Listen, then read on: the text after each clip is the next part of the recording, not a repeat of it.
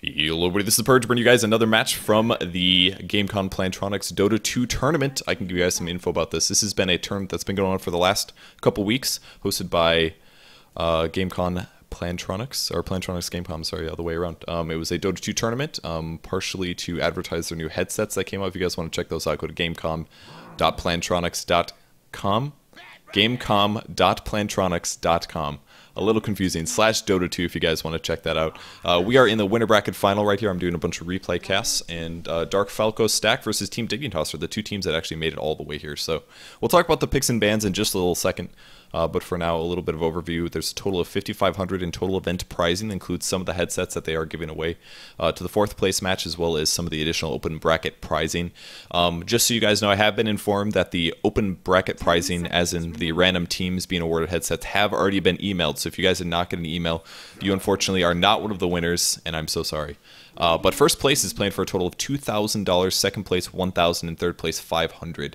That means that either Dignitas or Dark Falco are guaranteed a top 3 placement. Whichever team loses here will go into the losers bracket final, where they will play Gratz, though, who is also guaranteed top 3. So at least $500 total going to one of these teams. Fourth place actually grabbing 5 of the Gamecom 780 headsets. Very nice prize for them as well, just below third place prizing there, actually.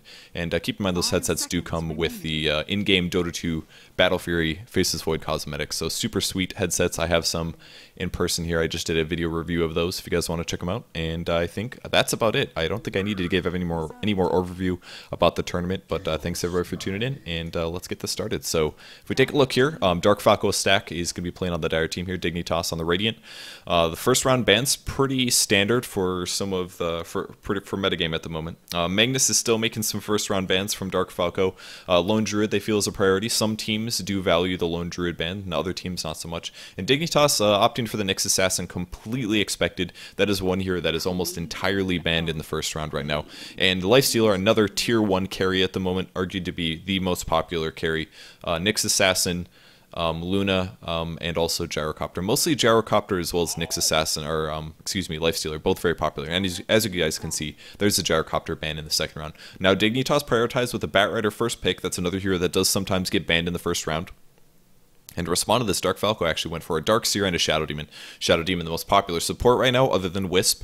And Darkseer is still a very, very good long lane hero, and of course, awesome in team fights. Though, I feel like teams are getting a little bit better at combating versus the hero. We see a lot more things like Clink's picks just to counter the hero in lane, or they just grab a really nice ranged hero that can very safely solo against Darkseer. But regardless, still very strong hero. Vacuum Wall is always going to be powerful. He does sometimes have some lackings in the early game before he gets a lot of vacuum levels, but regardless, still a great hero. Wisp Chaos Knight is actually what Dignitas is going to go for, and I actually haven't seen a Dignitas game in quite a while, but that combo is used very much so all over the place.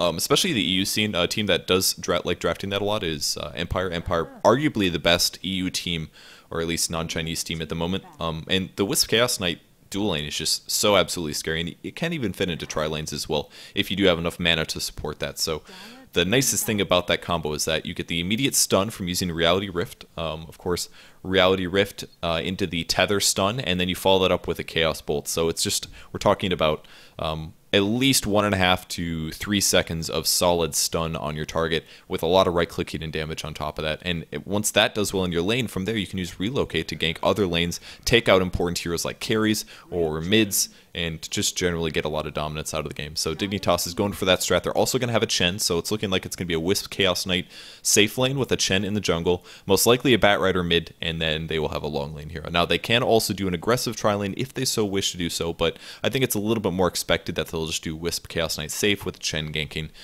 That's my expectation at least. So it could be a aggressive tri lane, though. With that Shadow Demon play, I think they might be a little hesitant to do that, because anybody that gets jumped on, Shadow Demon will just disrupt them, assuming he's not the guy that gets jumped on, and that should keep them pretty safe here. So, last second round bans, we have Undyne, we have a Luna, and then we have a Keeper of the Light, Bounty Hunter, and a Beastmaster as well. So we should be good to go.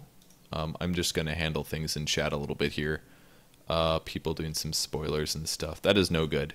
Don't do that, guys. I'm going to ban you. Alright, problem solved. Thank you. All right, back to the Dark Falco stack here. We have about a minute left over for Dark Falco, excuse me. They have a mid hero, they have a support, and they have a long lane. So that means there's a carry. Carry is going to be their choice. It's going to be a Faceless Void. Faceless Void, Shadow Demon. They are either going to want another support hero or they're going to want a jungler hero. That's their options. Darkseer, almost guaranteed, going to be the long lane. He's actually pretty good against Chaos Knight because Chaos Knight is melee range. So Iron Shell obviously is going to do pretty good damage to Chaos Knight, even when he goes to last hit. And that's very good. So Puck is going to be the last pick out of Team Dignitas here. Puck is one of the most popular mids at the moment, actually. Very common matchup. I was just speaking to a pro player today, and they said that Puck Queen of Pain is actually pretty common at the moment just because of the popularity of the heroes, and for the reason that Puck actually has received some pretty good buffs recently, and that actually puts him towards... I think it's going to be Puck mid. It might be Batrider long lane. I guess I'm not sure. Maybe it'll be Puck long lane. It could be that way as well. But Puck mid is actually quite powerful right now and very good against Queen of Pain, especially when you look at the fact that Queen of Pain is one of the few heroes that is a really easy escape from Batrider relatively. Assuming you don't have more than 4 stacks on you, you can blink away and usually get out of the napalm range or the dive range. Puck, in exchange, though, actually has a lot of nuke potential, and also he has a silence, and silence is very good against Queen of Pain. So if a Puck is played well, you can definitely outlane the Queen of Pain. It's actually a very even matchup in a lot of ways. Whereas Batrider versus Queen of Pain just would mostly revolve around Batrider farming and Queen of Pain just trying to harass if possible, but generally playing it safe. So I think there's a decent chance Dignitas will put Batrider long lane because I think Puck has a better chance of taking out the Queen of Pain, but it really could go both ways. It just really comes down to how the team ends up laning it. Now, keep in mind we have had some recent roster changes on Dignitas, at least since some of their last major tournaments. Universe is actually playing on Dignitas now, which is a pretty awesome addition. He's arguably at the time was one of the arguably the best player that was unsigned, recently left EG, and now is on Dignitas, replacing Snake King, who didn't have enough time to play, unfortunately, since he is pretty young and still in school. So Universe added to the lineup, and Dark Falco stack's last pick is going to be an Enigma. So I'm super excited to see how this team works out. A couple of the team, or the players, sorry, that I'm recognizing on the Dire team. We actually have FNC, very popular for popularizing the Nyx build, or yeah, I'm sorry, the Lifestealer build, which is Phase Boots, Drum, I believe, with some other things. Hannah Montana, before this, was on Complexity. I made it to TI2. Dismech, I've heard of. Dark Falco, well known for the Dark Falco stack, and Mojo Storm Stout, which I recognize well. I have actually played against a couple of these players in matchmaking before, and I can tell you for a fact that they are very, very good. So, whereas we're looking at Dignitas here, AOI 2000 is going to be playing Chaos Knight. We have Tides of Time playing Wisp. Got Way Too Sexy is on the Chen. On the mid lane is going to be a Puck, so it's going to be Fogged playing Puck on the mid lane. And then we've got Universe playing long lane Batrider, so I did predict that correctly. For the Dire team, this is Team Dark Falco stack. We have FNC playing Faces Void, Dark Falco's on the Queen of Pain, Hannah Montana on the Darkseer, Mojo Storm Stout on the Enigma, and Dismech is playing the Shadow Demon. So I think this is actually a temporary team just for this tournament here. As far as I'm aware, Hannah Montana is currently playing on Fnatic North America. So I think this might have been just a temporary team, but regardless, still very good players, and pretty excited to see how they perform for the tournament. So, lanes are to be as predicted for the Radiant team. For the Dire team, I'm guessing an Enigma jungle, Faces Void, Shadow Demon dual lane, long lane, Darkseer, and a mid Queen of Pain. So pretty predictable lanes for both teams, and not really going to be seeing any major advantage for anyone here. The Radiant team has relatively good pushing power, just for the fact that they do have a Chen. And on top of that, Chaos Knight Wisp is so scary that if anybody comes close to the creep wave, they're going to have some chance of dying. And that definitely goes for Darkseer. Despite the guy being Wisp hits about 3 and Chaos Knight hits 4 or so, he does have to worry about a lot of magic burst. And if he gets too close to the creep wave, he's going to get killed, and then they're going to take the tower immediately afterwards, and that is going to be pretty scary. Wow, big illusion pickup for Queen of Pain though, and this should give him a pretty good last hitting advantage on the mid lane. So Queen of Pain's going to be really happy with this, going for a fast bottle here. Fogged actually getting items pulled to him, both a salve and a tango, and he picked up a null talisman and 2 ironwood branches to start off the mid lane. So he actually does have a last hitting advantage over the Queen of Pain, but with this illusion rune up, she should be able to last hit better than him, since he's due about 33% damage, I believe. Which is a net increase of 60, so it's very, very good for early last hitting. It's very unfortunate for Fog to be up against this. Universe already getting some EXP actually in this lane. He doesn't have that much threat of dying, actually. 5 stacks on FNC now. The reason he's not worried is because it's a Shadow Demon, and maybe this, despite Shadow Demon being a great pick, if you're worried about a long lane Batrider, he can actually hold these 2 back. Faces Void has very, very little contribution to an early duel or tri lane, and that means that they have pretty much no chance of killing this Bat Rider with just Bash and Disruption. It's not going to happen, and this means that Universe is going to be able to get a huge advantage in this long lane compared to a hero like Darkseer, who's playing much more safe. As you can see, Hannah Montana not able to get any EXP yet, whereas the Shadow Demon is a little worried about the Void Dyne. And to make things even worse, there's no possible way Darkseer could solo kill a Chaos Knight unless AOI makes huge mistakes, whereas Bat Rider can definitely solo kill this Faceless Void if things get really sketchy. And this means that Shadow Demon actually might have to stay in lane and try to help Faceless Void to not get outlaned here or killed.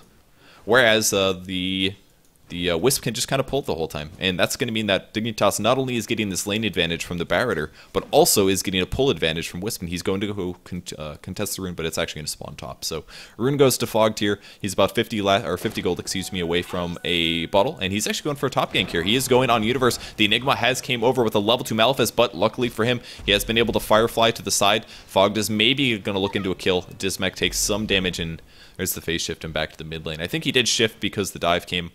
But a nice play by Universe, just going to Firefly and run off the map. No way for them to get that kill at that point. And this is actually going to cost the Enigma a little bit, because he has put a second level into Malefice, so that means that his Eidolons will do slightly less damage, and they're going to have slightly less HP, which means his farming subsequently from this is going to be slower. He could have been farming camps this entire time instead of ganking, and since that gank failed, he will be slightly behind now. So back on the mid lane, Fog.Dota has taken at least one dagger here. He does have 2 levels into the orb currently. Last hitting, where it looks like Dark Falco is at 11 and 3. He's actually out last hitting Fogged here, despite the last hitting advantage. And he actually goes high ground. That was a pretty cool little motion there. He's going to be checking for the rune. Maybe he was a little bit worried about the Scream of Pain there, but he does go back up to the high ground. He's got to be a little careful here. He does dodge the dagger. Nice play from him, and he's going to be absolutely fine here. If he did eat a dagger there, that would have been a pretty big loss, but Dark Falco did not cancel that, and Fogged was able to dodge it with the phase shift. So nice play by him to get out of that. Otherwise, that would have been quite a bit of damage going on here. But Bottle's up 200 gold past that, and despite being at actually now a last hitting advantage, he's doing quite well here. So it's going to harass a little bit. There's the orb that comes through. He does take the Scream of Pain. Falco's going to back off here, and we also see Mojo as well as Hannah Montana jungling.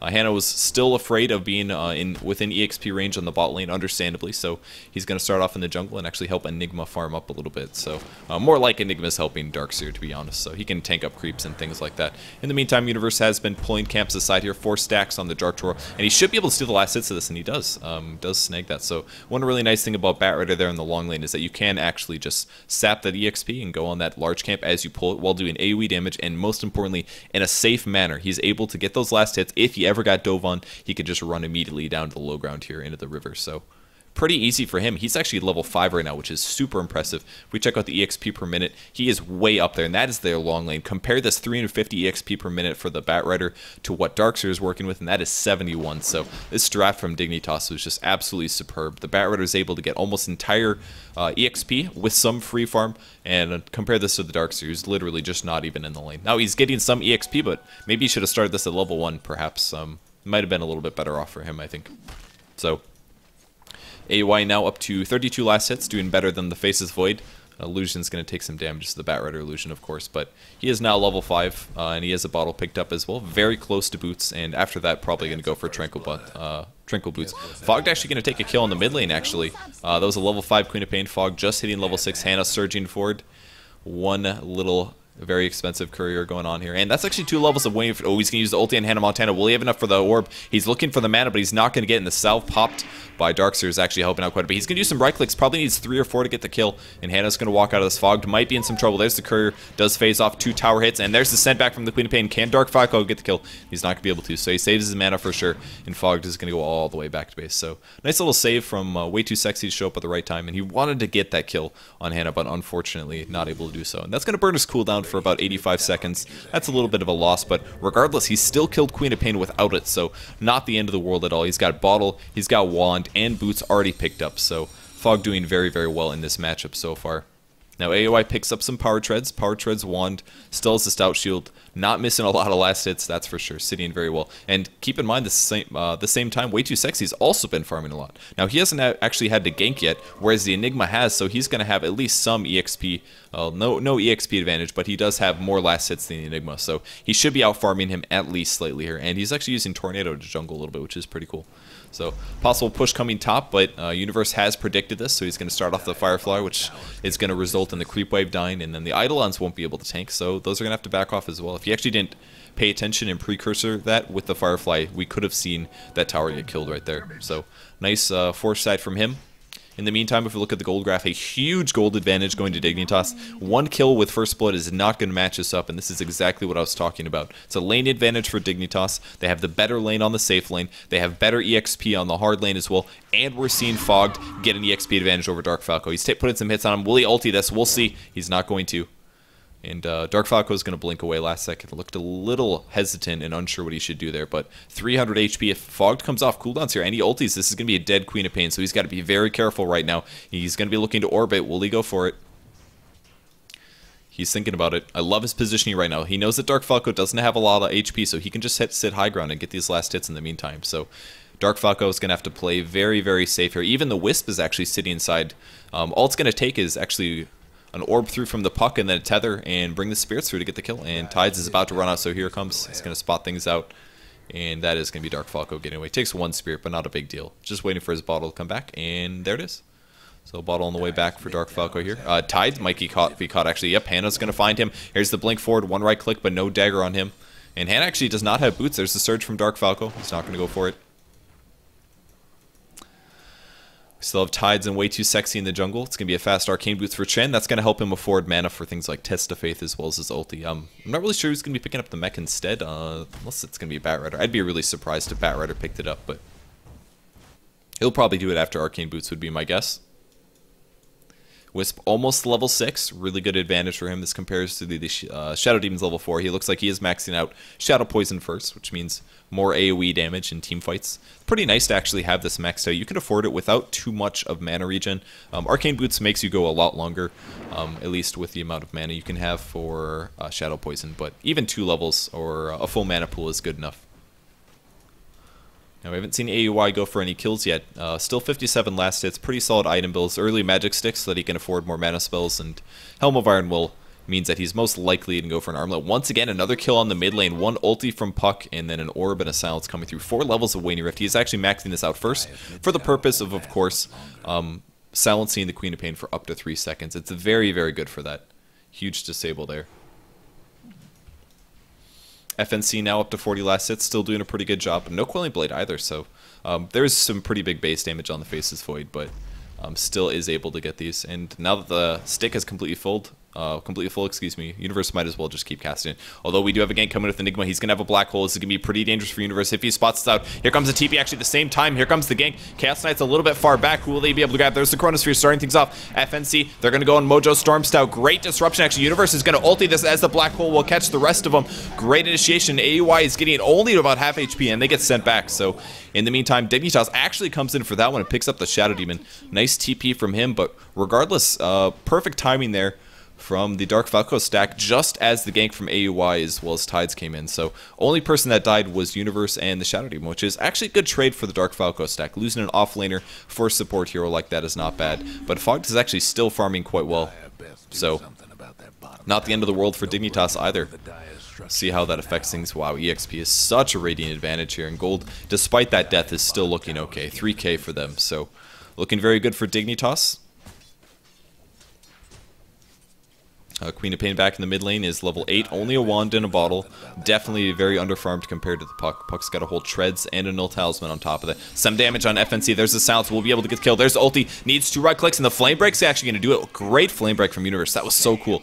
He knew that the Void was going to sit on the very confines of the ulti, so he put the flame break right next to it, so it forced him through to take the extra damage and stun. That was very, very smart from him. Such a cool little play. They're going on to gank on Dismech now. He's in a lot of trouble. Orb's going to hit.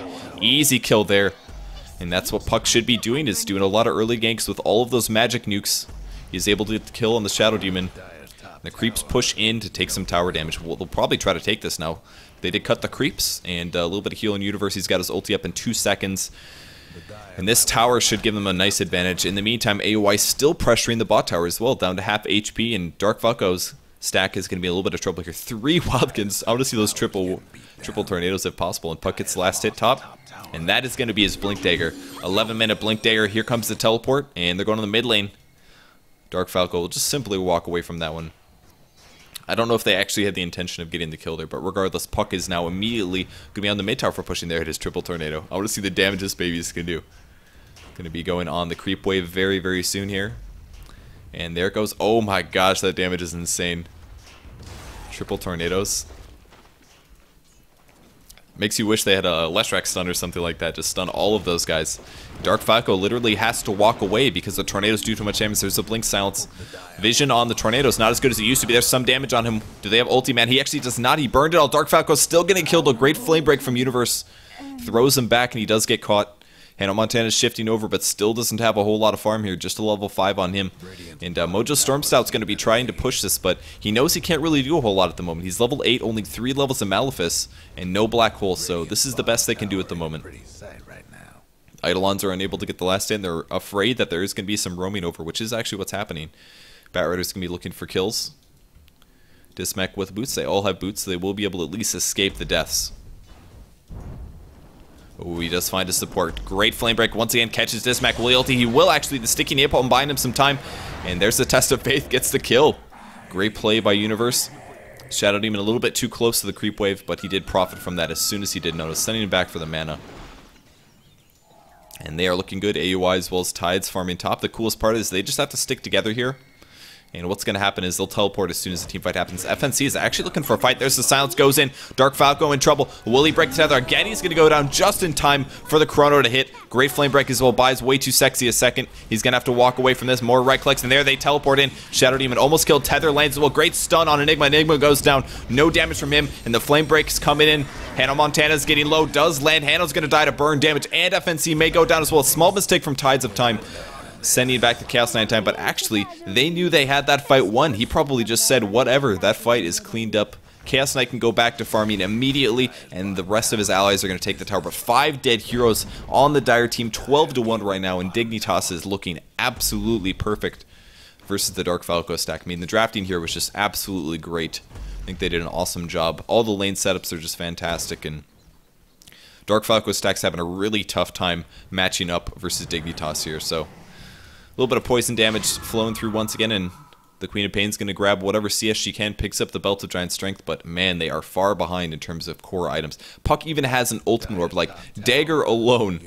Another ultimate orb on top of that just puts you so far ahead, so Fogged is absolutely set for Faces Void. By the time Faces Void finishes his Battle Fury, Puck is going to have a sheep stick. That's what I'm expecting to see. FNC takes a 2-second stun. He's going to have to time walk out of this one. Armlet is doing some serious damage. Puts him so low. Great crit. He goes in. He gets him. Oh my gosh, just in time. Great Reality Rift, and Dark Falco now the one that's being chased. 2-second stun. AOI will get out of here pretty quick. And the tether as well. A little bit of regen. Another great nuke, and actually he goes back in. Tides wants to fight it.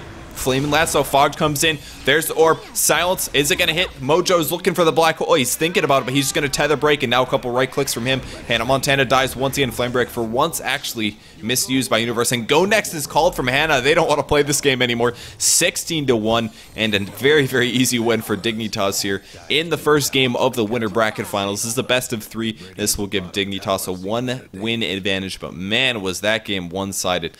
Every single lane was won by Dignitas. They won mid lane. Top lane was arguably won by Dignitas in the sense that Batrider got way more farm than he should in a long lane. But most importantly, he got a lot more experience in gold than the Darkseer did. And mid lane was definitely won by Fogged, so huge win there for Dignitas. If we take it the last look of the points, 13k gold advantage for the Radiant team. EXP is also massive, and that is going to be the end of game 1. So we'll be back in just a second, guys, with game 2 of the 3-game set. We'll see if the Dark Falco stack can do anything to stop Dignitas here. If they do end up taking a loss in the next round, that means they get put in the losers bracket, and they're going to have to play against Gratz, though. This tournament is the Dota 2 Gamescom. Excuse me. Man, I always get that wrong. The Plantronics Gamecom.Dota 2 tournament, I believe is what it is. I think so. Yes. The Gamecom.Dota 2 event is what we're watching. So that's going to be the end of game 1. Thanks everybody for tuning in. We'll be back in just a second with game 2. Don't go anywhere.